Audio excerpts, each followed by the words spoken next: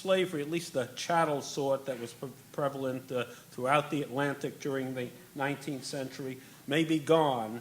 But the question of race, slavery's bastard first cousin, is not. Race remains the great issue of the 21st century, just as W.E.B. Du Bois said it was the great issue of the 20th century. Slavery is ground zero for the study of race, and standing square in the middle of ground zero is Abraham Lincoln, generally conceded to be the greatest of American presidents, whose marble images presides over America's most important public space, where he is encased in the words which in so many ways still capture the American people's highest aspirations. Eric says, Lincoln embodies, quote, American society core values and myths, not simply who the American people are, but who they want to be. And it's for that reason that anybody who is interested in the American people return again and again to puzzle out the strange mixture of opposition to slavery as a moral blight, yet a willingness to tolerate that very institution for another full century, his full embrace of the humanity of black people, but when others were willing to deny it, but on the other hand, the open acceptance of white supremacy, the easy dismissal of African American place in America. Those contradictions and others, black and white, have led people to celebrate Lincoln as the great emancipator, and others, again, black and white, to denounce Lincoln as a racist fraud. And of course, there's plenty of evidence for it. Lincoln's words have appeared both on the website of the NAACP and the website of the Klan. But words out of context, as we all well know, are meaningless, and in Eric's book, he supplies the context. It is by placing Lincoln with extraordinary clarity and brutal honesty within the context of his family, his middle Illinois community, and American politics that makes Eric's fiery trial, Abraham Lincoln and Slavery, a very special book. A fiery trial examines the connection between Lincoln and slavery and race, which helps us to think about these critical matters, not only for Lincoln's time, but for our own time as well. Free blacks and slaves took the initiative in rejecting the alternative of colonization, and during the Civil War in fleeing behind Union lines and thrusting the issue of emancipation upon Lincoln and the government.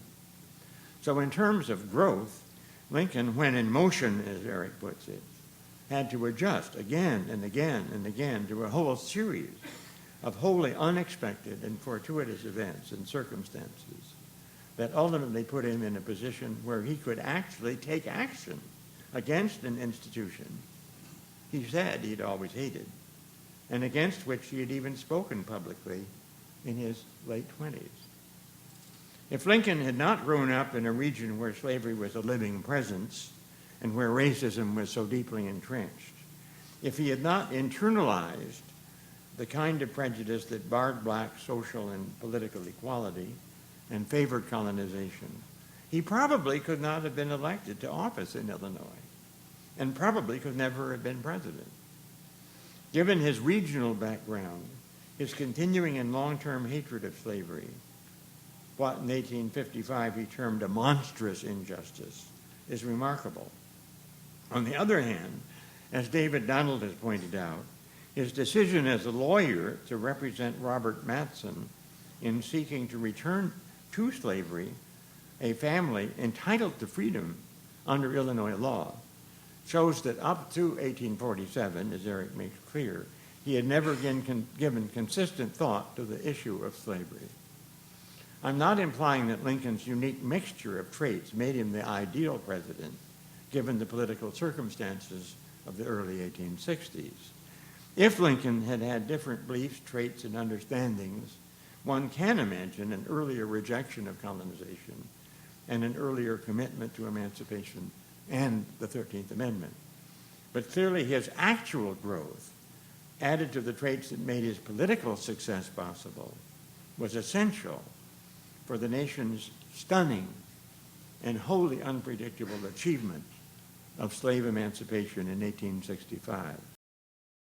Living among, dramatic events do not necessarily produce change in a leader, right? You have to have the capacity for change. Andrew Johnson lacked the capacity for change, which Lincoln had. So Lincoln is not just being pushed by events. You have to have an inner ability to respond to those events. I think it is inconceivable that Lincoln could have found himself in the fix that his successor did, totally alienated from Congress, totally alienated from Northern public opinion, impeached, almost removed from office. I think Lincoln was too shrewd a politician, too attuned to the currents of public opinion to find himself in the position that Andrew Johnson got himself into. I think what would have happened would have been, what happened during the Civil War.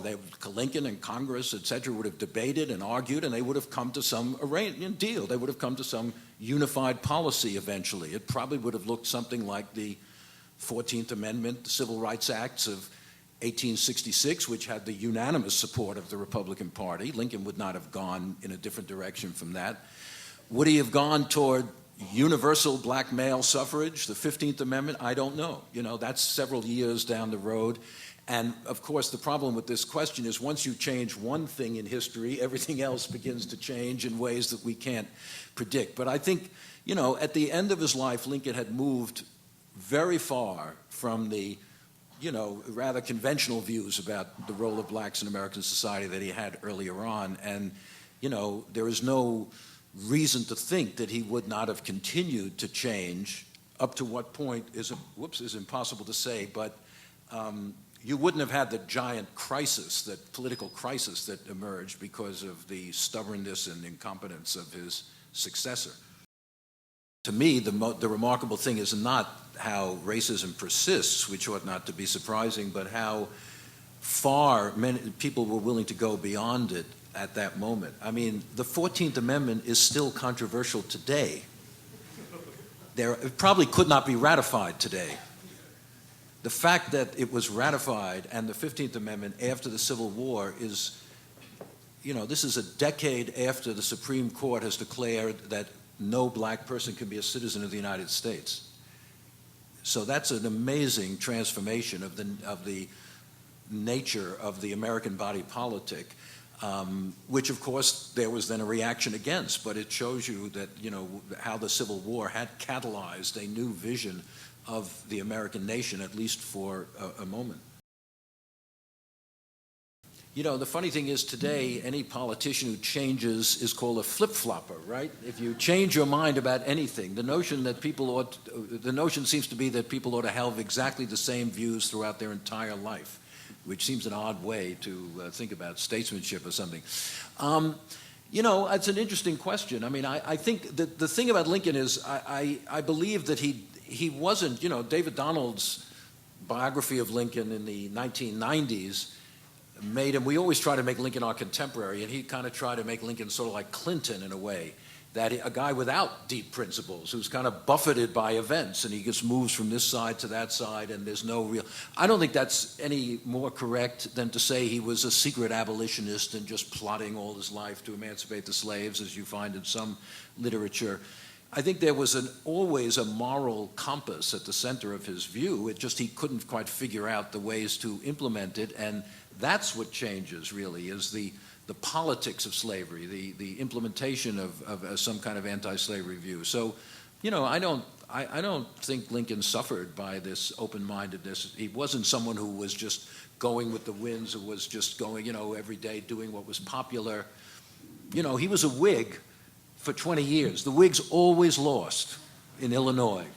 If Lincoln had just wanted to go the popular way, he would have been a Democrat. I don't know why he was a Whig. You couldn't possibly win in Illinois, but he believed in what that party stood for. So, I think we shouldn't see him just as a weather vane, just flipping from one way to the other, depending on which way the wind is blowing.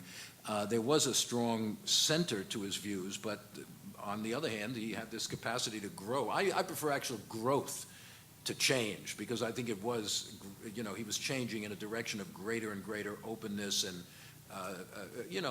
more humane, in more humane directions, not just swinging from one policy to another.